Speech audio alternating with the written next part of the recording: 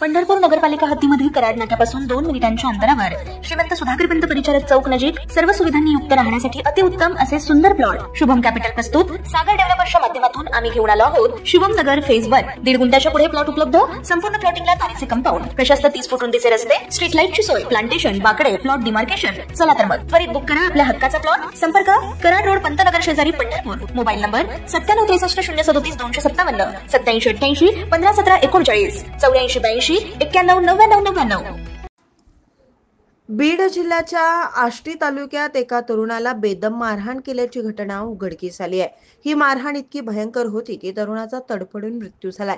मयत तरुणाचं मालकाच्या अल्पवयीन मुलीसोबत प्रेम प्रकरण सुरू होतं।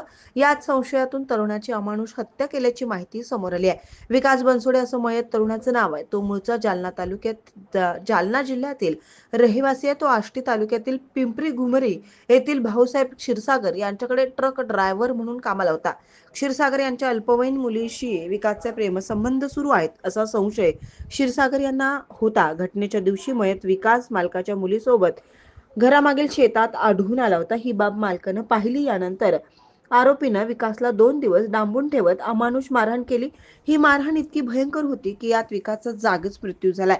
या प्रकरणानंतर आरोपी मालकानं स्वतः विकासच्या घरच्यांना फोन केला आणि तुमच्या मुलाला घेऊन जावा नाहीतर मी त्याला जीवे मारेन असं फोन करून सांगितलं।